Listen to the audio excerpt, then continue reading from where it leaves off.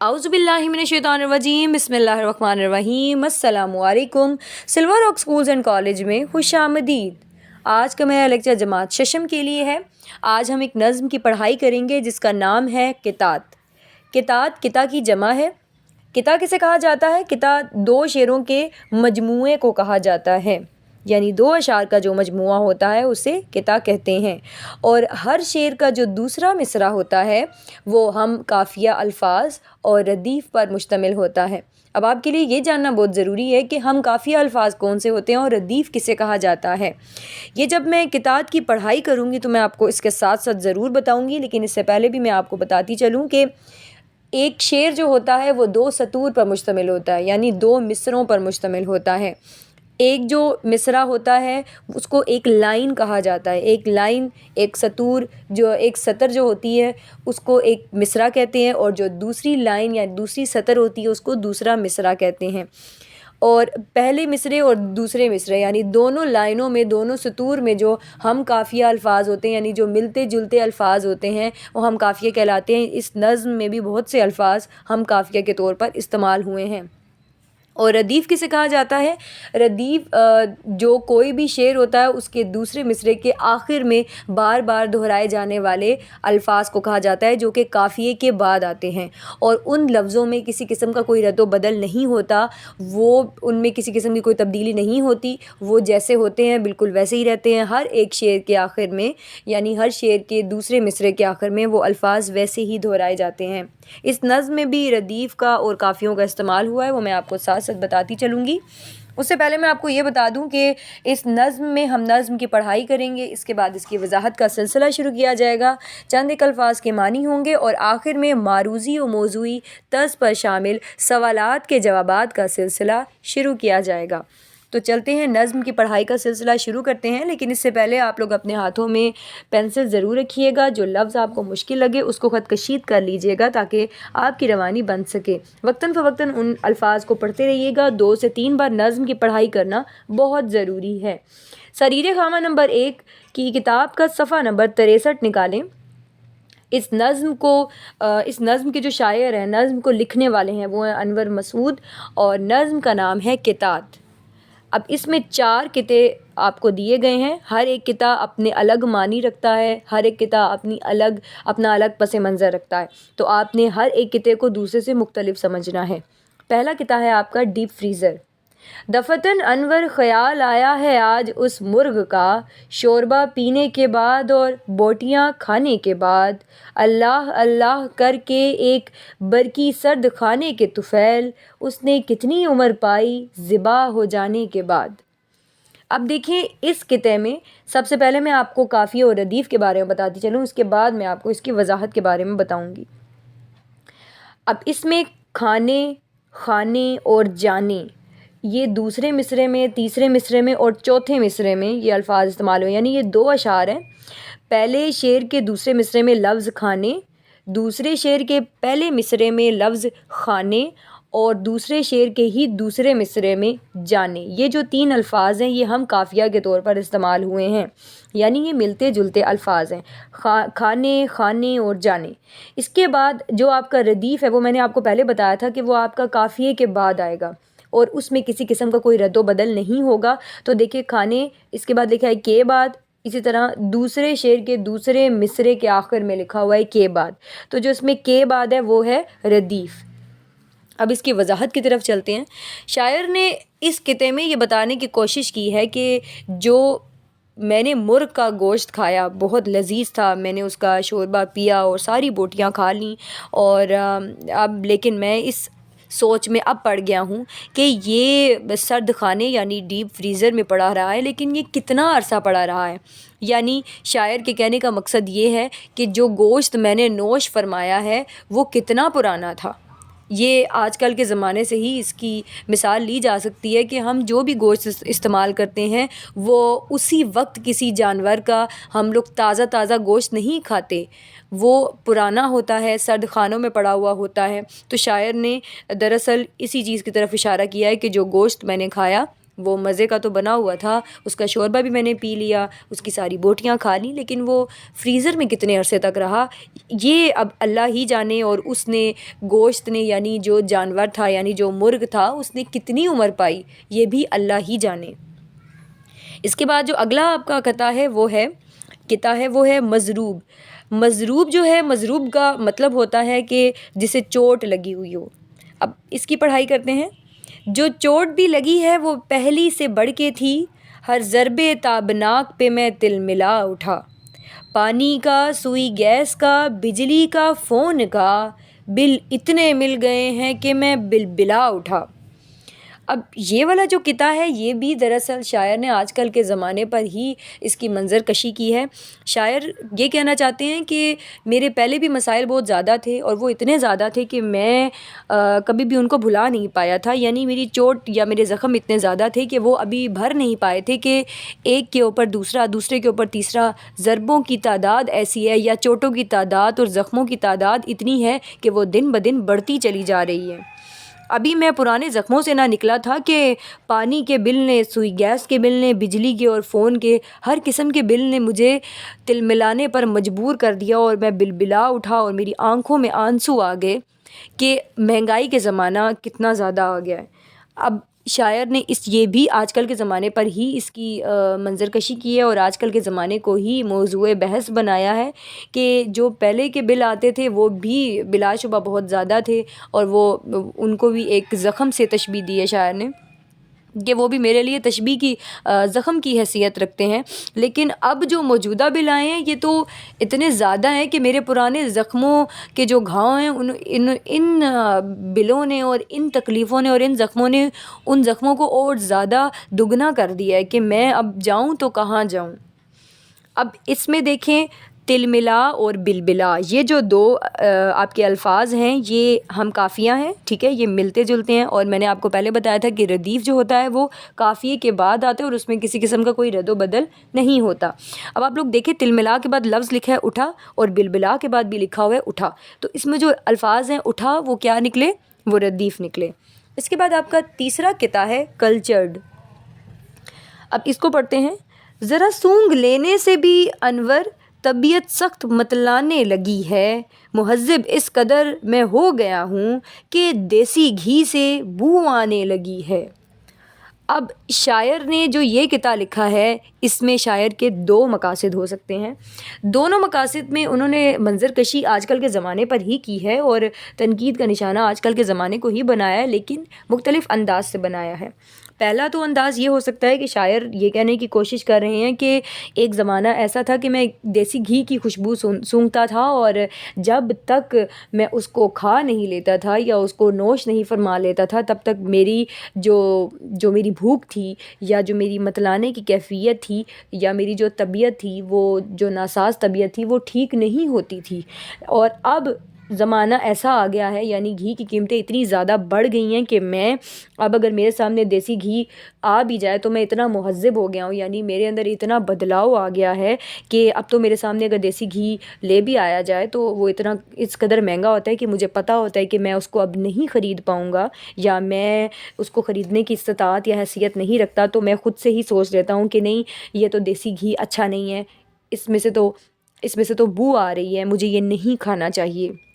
یا پھر اس کا مطلب یہ بھی ہو سکتا ہے کہ شاعر یہ کہنا چاہ رہے ہیں کہ ایک زمانہ تھا کہ میں دیسی گھی کی خوشبو سے متلانے لگتا تھا اور جب تک اس کو نوش نہیں فرما لیتا تھا مجھے چین نہیں آتا تھا، لیکن اب قیمتیں تو اس قدر بڑھ ہی گئی ہیں دیسی گھی کی کہ جس کی کوئی حد نہیں ہے، لیکن اس کے ساتھ ساتھ اشیاء کی قیمتوں میں چاہے جتنا بھی اضافہ ہو، اب وہ اشیاء میں وہ خالص پن نہیں رہا جو پرانے زمانے میں ہوتا تھا کہ تھوڑے سے پیسوں سے بھی اس قدر خالص چیز آتی تھی کہ وہ تھوڑی سی کھانے سے بھی جی بھر جاتا تھا، یا اس کی خوشبو اتنی بھینی بھینی ہوتی تھی کہ خوشبو سے بھی پیٹ بھر جاتا تھا۔ لیکن آج کل کے زمانے میں اشیاء کی قیمتیں آسمان کو چھو رہی ہیں، لیکن اس کے باوجود اشیاء میں خالص پن کہیں نظر نہیں آتا۔ اس کے بعد اگلے صفحے پہ دیکھیے توفیق۔ اگلا جو آخری آپ کا قطعہ ہے وہ ہے توفیق۔ چاند کو ہاتھ لگائے ہیں اہل ہمت، ان کو یہ دھن کہ اب جانب مریخ بڑھیں، ایک ہم ہے کہ دکھائی نہ دیا چاند ہمیں، ہم اسی سوچ میں ہیں عید پڑھیں یا نہ پڑھیں۔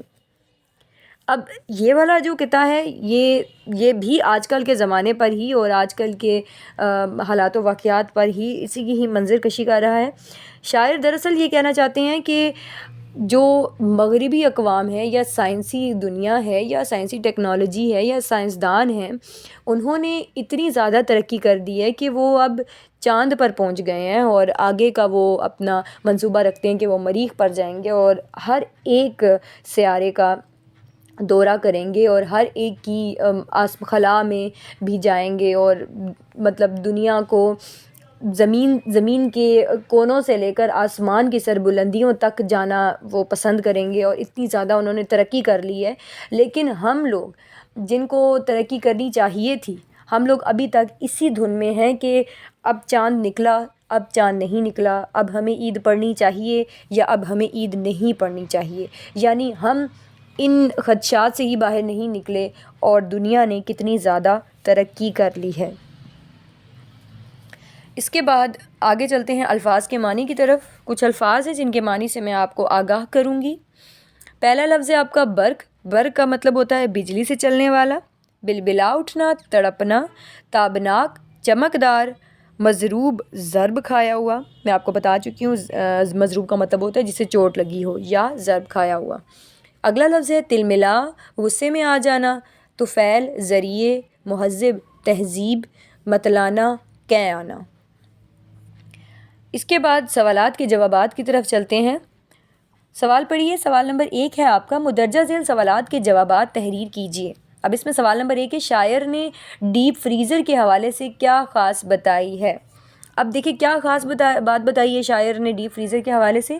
اس کا جواب یہ ہو سکتا ہے کہ شاعر نے ڈیپ فریزر کے حوالے سے یہ خاص بات بتائی ہے کہ ڈیپ فریزر میں کسی بھی چیز کو محفوظ کیا جا سکتا ہے، یہ تو اس کا فائدہ ہے، لیکن کسی چیز کو لمبے عرصے تک بھی محفوظ کیا جا سکتا ہے، اتنے عرصے تک کہ اس کی غذائیت تک ختم ہو جائے۔ اس کے بعد دوسرا سوال ہے کہ شاعر نے اپنے بلبلانے کی کیا وجہ بتائی ہے؟ آپ کے خیال میں اس کا بلبلانا ٹھیک ہے یا غلط؟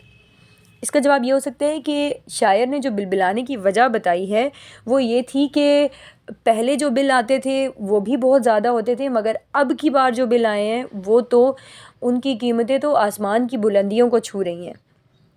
اس وجہ سے شاعر بلبلا اٹھے کہ میرے پرانے زخم ابھی بھرے نہیں تھے کہ نئے زخموں نے پرانے زخموں کو پھر سے تازہ کر دیا۔ اور اس کے بعد جو اس کا دوسرا حصہ ہے سوال کا کہ آپ کے خیال میں شاعر کا بلبلانا ٹھیک ہے یا غلط، تو اس کا جواب یہ ہے کہ بالکل شاعر کا بلبلانا بالکل ٹھیک ہے۔ واقعی اس میں کوئی شک نہیں ہے کہ آج کل کی بڑھتی ہوئی مہنگائی نے سب کو ہی بلبلانے پر مجبور کر دیا ہے۔ سوال نمبر 3 ہے آپ کا، تیسرے قطعہ میں شاعر نے مہذب ہونے کی جو نشانی بتائی ہے، کیا آپ اس سے متفق ہیں؟ اس کا جواب یہ ہے کہ ہاں جی، تیسرے قطعہ میں جو شاعر نے مہذب ہونے کی جو نشانی بتائی ہے اس سے ہم متفق ہیں، اس لیے کیونکہ واقعی اشیاء کی قیمتوں میں اس قدر اضافہ ہو گیا ہے کہ ہر انسان مہذب بننے پر مجبور ہو گیا ہے، کیونکہ ہر ایک چیز کو خریدنے کی استطاعت ہر کسی کے پاس نہیں ہے، اور اگر کوئی اس کو خرید لیتا بھی ہے تو اشیاء میں وہ خالص پن نہیں رہا جو پہلے کے زمانوں میں ہوتا تھا۔ سوال نمبر 4 کو دیکھتے ہیں۔ سوال ہے کہ چوتھے قطعہ میں شاعر نے چاند کے حوالے سے کن خیالات کا اظہار کیا ہے؟ اس کا جواب یہ ہے کہ شاعر نے چوتھے قطعہ میں چاند کے حوالے سے ان خیالات کا اظہار کیا ہے کہ سائنسی دنیا نے چاند پر چلی گئی، اس کے بعد وہ اب مریخ پر جانے کے خواب دیکھ رہی ہے اور اپنی عالم کائنات کو تسخیر کرنے کے خواب دیکھ رہی ہے، جبکہ ہم اسی شش و پنج میں ہیں کہ کیا ہم عید پڑھیں یا نہ پڑھیں، چاند نظر آیا یا نہیں آیا۔ یعنی ہم لوگ روزمرہ کی معمولی باتوں کے جھنجھٹوں میں ہی الجھے ہوئے ہیں اور ہم نے مغربی دنیا کی طرح ترقی پر اتنی زیادہ توجہ نہیں دی۔ اس کے بعد آپ کا اگلا سوال ہے الفاظ کے جملوں کا۔ اب آپ نے مجھے الفاظ کے جملے بتانے ہیں۔ کچھ الفاظ ہوں گے جن کے معنی ہوں گے اور اس کے بعد ان کے جملے ہوں گے۔ اب سوال پڑھیے۔ سوال نمبر 2 ہے جی، مدرجہ ذیل الفاظ کو اپنے جملوں میں استعمال کیجیے۔ سب سے پہلا لفظ ہے آپ کا دفتن۔ دفتن کا مطلب ہوتا ہے اچانک۔ اس کا جملہ یہ ہو سکتا ہے کہ دفتن اس کے منہ سے چیخ نکلی، یا پھر اس کا جملہ یہ بھی ہو سکتا ہے کہ مجھے کسی بھی بات پر دفتن غصہ نہیں آتا۔ اس کے بعد اگلا لفظ ہے آپ کا برقی۔ برقی کا مطلب ہوتا ہے بجلی سے چلنے والے۔ اب اس کا جملہ یہ ہو سکتا ہے کہ برقی تاروں کے باعث ہم ایک جگہ سے دوسری جگہ پیغام رسانی کا کام بآسانی کر لیتے ہیں. یا پھر اس کا جملہ یہ بھی ہو سکتا ہے کہ کمپنی نے کپڑوں کے پیچیدہ دھاگوں کے لیے برقی آلات کا استعمال یقینی بنایا ہے. اس کے بعد اگلا لفظ ہے آپ کا تابناک. تابناک کا مطلب ہوتا ہے شاندار یا روشن. اس کا جملہ یہ ہو سکتا ہے کہ تابناک مستقبل ہر ایک کا خواب ہوتا ہے. یا پھر اس کا جملہ یہ ہو سکتا ہے کہ نمرہ اپنی تابناک کامیابی کی خواہش مند ہے. اگلا لفظ ہے آپ کا مہذب. مہذب کا مطلب ہوتا ہے تہذیب یافتہ. اس کا جملہ یہ ہو سکتا ہے کہ علی ایک مہذب لڑکا ہے. یا پھر اس کا جملہ یہ ہو سکتا ہے کہ مہذب لوگوں کو ہر کوئی پسند کرتا ہے. اگلا لفظ ہے آپ کا طبیعت. طبیعت کا جملہ جو ہے وہ یہ ہو سکتا ہے کہ آج میری طبیعت ناساز ہے. یا پھر اس کا جملہ یہ ہو سکتا ہے کہ اب آپ کی طبیعت کیسی ہے. اگلا سوال جو ہے آپ کا وہ ہوگا شعر کو نثر میں تبدیل کرنا. یعنی جو اشعار جو ہوتے ہیں ان کے جو مصرے ہوتے ہیں وہ آپ کو دیے گئے ہوں گے. آپ نے کیا کرنا ہے کہ ان اشعار کو سیدھی لائن یعنی ترتیب وار ایک جیسے جملے کی صورت ہم دیتے ہیں بالکل ویسے لکھنا ہے. سوال پڑھتے ہیں. سوال نمبر 3 مدرجہ ذیل شعری اجزاء کو نثر میں تبدیل کیجیے. نمبر 1 پہ لکھا ہے اس نے کتنی عمر پائی ذبح ہو جانے کے بعد. اس کی نثری صورت یہ ہو سکتی ہے کہ اس نے ذبح ہو جانے کے بعد کتنی عمر پائی. نمبر 2 پہ ہے ہر ضرب تابناک پہ میں تل ملا اٹھا. اس کی نثری صورت کیا ہو سکتی ہے ہر تابناک ضرب پہ میں تل ملا اٹھا. نمبر 3 پہ ہے مہذب اس قدر میں ہو گیا ہوں. اس کی نثری صورت یہ ہو سکتی ہے کہ میں اس قدر مہذب ہو گیا ہوں. نمبر 4 پہ دیکھیں چاند کو ہاتھ لگا آئے ہیں اہل ہمت. اس کی نثری صورت یہ ہو سکتی ہے کہ اہل ہمت چاند کو ہاتھ لگا آئے ہیں.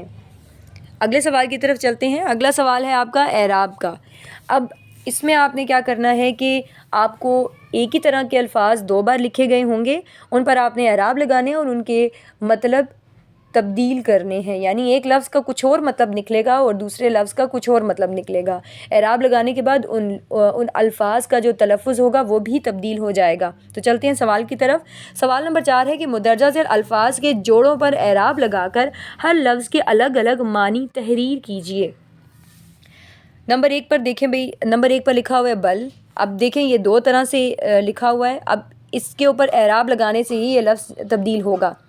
اگر بے کے اوپر زبر ڈال دی جائے تو بل بنتا ہے. بل کا مطلب ہوگا موڑ اور اگر بے کے نیچے زیر ڈال دی جائے دوسرے والے بل میں تو یہ بن جائے گا بل. بل کا مطلب ہوتا ہے سوراخ. اس کے بعد نمبر 2 پہ دیکھیں لکھا ہوا ہے دھن. اب دیکھیں اس کے اوپر دال کے اوپر اگر پیش ڈال دی جائے تو یہ لفظ بنے گا دھن. دھن کا مطلب ہوتا ہے آواز سر الاپ تان. اور اگلا جو لفظ ہے دھن اس کے اوپر اگر زبر ڈال دی جائے تو یہ لفظ بن جائے گا دھن. دھن کا مطلب ہوتا ہے دولت. اس طرح نمبر جو 3 ہے وہ ہے مل. میم کے اوپر اگر زبر ڈال دی جائے تو یہ ہو جائے گا مل. مل کا مطلب ہوتا ہے رگڑنا اور اگر میم کے نیچے زیر ڈال دی جائے تو یہ لفظ بنے گا مل. مل کا مطلب ہوتا ہے کارخانہ.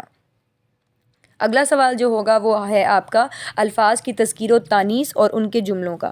اس کا مطلب یہ ہے کہ آپ کو چند ایک الفاظ دیے جائیں گے. آپ نے ان کی تذکیر و تانیث کرنی ہے. یعنی آپ نے یہ بتانا ہے کہ وہ لفظ جو ہے مذکر ہے یا پھر وہ لفظ مؤنث ہے اور اس کے بعد اس کو جملوں میں اس طرح سے بیان کرنا ہے کہ ان کی تذکیر و تانیث واضح ہو جائے. سوال نمبر 5 کی طرف چلتے ہیں. سوال ہے آپ کا مدرجہ ذیل الفاظ کو اس طرح اپنے جملوں میں استعمال کیجیے کہ یہ واضح ہو جائے کہ یہ مذکر بولے جاتے ہیں یا مؤنث. اب دیکھیں چند ایک الفاظ آپ کو دیے گئے ہیں. آپ نے انہی کو ہی ترتیب وار لکھنا ہے کہ کیا یہ مذکر ہیں یا پھر یہ مؤنث ہیں. پہلا لفظ ہے آپ کا خیال, گھی, عمر, طبیعت, بجلی, شوربہ, چوٹ, چاند, سوچ اور بل. اب دیکھیں الفاظ میں آپ یہ تمام الفاظ ایسے ہی لکھیں گے. اس کے بعد مذکر یا مؤنث والے خانے میں آپ یہ لکھیں گے کہ کیا یہ لفظ مذکر ہیں یا کیا یہ الفاظ مؤنث ہیں. اب پہلے لفظ سے ہی شروع کرتے ہیں. پہلا لفظ ہے آپ کا خیال. خیال جو ہوتا ہے وہ مذکر ہوتا ہے اور اس کا جملہ یہ ہو سکتا ہے کہ اچھے خیال کا نتیجہ ہمیشہ اچھا ہی ہوتا ہے. اگلا لفظ ہے آپ کا گھی. گھی بھی مذکر ہوتا ہے. اس کا جملہ یہ ہو سکتا ہے کہ آج سالن میں گھی بہت زیادہ ہے. اگلا لفظ ہے آپ کا عمر. عمر جو ہے وہ مونس لفظ ہے. اس میں اس کا جو جملہ ہے وہ یہ ہو سکتا ہے کہ میری عمر 17 سال ہے. اگلا لفظ ہے آپ کا طبیعت. طبیعت مونس لفظ ہے. اس کا جملہ یہ ہو سکتا ہے کہ اب آپ کی طبیعت کیسی ہے. اب یہ والا جو جملہ میں نے آپ کو بتایا ہے، اب آپ کی طبیعت کیسی ہے، اب دیکھیں یہ سوالیہ جملہ ہے، اور ہر وہ جملہ جو سوالیہ ہوتا ہے اس کے آخر میں سوالیہ نشان لگانا بہت ضروری ہوتا ہے. اگلا لفظ ہے آپ کا بجلی. بجلی بھی ایک مونس لفظ ہے. اس کا جملہ یہ ہو سکتا ہے کہ ضرورت سے زیادہ بجلی کو استعمال مت کریں. اس سے اگلا لفظ ہے آپ کا شوربہ. شوربہ ایک مذکر لفظ ہے، اور اس کا جملہ یہ ہو سکتا ہے شوربہ پینے کے بعد علی کو بہت پیاس لگی. اگلا لفظ ہے آپ کا چوٹ. چوٹ بھی ایک مونس لفظ ہے. اس کا جملہ یہ ہو سکتا ہے کہ کھیلتے وقت علی کو چوٹ لگ گئی. اگلا لفظ ہے آپ کا چاند. چاند ایک مذکر لفظ ہے. اس کا جملہ یہ ہو سکتا ہے کہ مجھے رات کے وقت چمکتا ہوا چاند دیکھنا بہت پسند ہے. اگلا لفظ ہے آپ کا سوچ. سوچ ایک مونس لفظ ہے. اس کا جملہ یہ ہو سکتا ہے کہ اچھی سوچ اچھے خیالات کو جنم دیتی ہے. اور آخری لفظ ہے آپ کا بل. بل ایک مذکر لفظ ہے. اس کا جملہ یہ ہو سکتا ہے کہ چونٹی اپنے بل سے باہر کھانے کی تلاش میں نکلتی ہے. تو بچوں، آج کا جو آپ کی جو نظم تھی جس کا نام تھا کتاب، اس کی ہم نے آج پڑھائی کی، اس کی وضاحت کی، سوالات کے جوابات کیے اور الفاظ کے معنی بھی کیے. مجھے امید ہے کہ باقی لیکچرز کی طرح آپ کو یہ لیکچر بھی بالکل سمجھ میں آیا ہوگا، لیکن اگر ایسا ہو کہ آپ کو کچھ سمجھ میں نہ آئے تو اس کے لیے ضروری ہے کہ آپ ویڈیو کو کم از کم 2 سے 3 بار ضرور دیکھیں، کیونکہ ایک بار میں دیکھنا آپ کے لیے کافی نہیں ہوگا. ویڈیو پوری دیکھنے کا بہت زیادہ شکریہ. اپنا اور اپنے پیاروں کا بہت زیادہ خیال رکھیے گا. اللہ حافظ.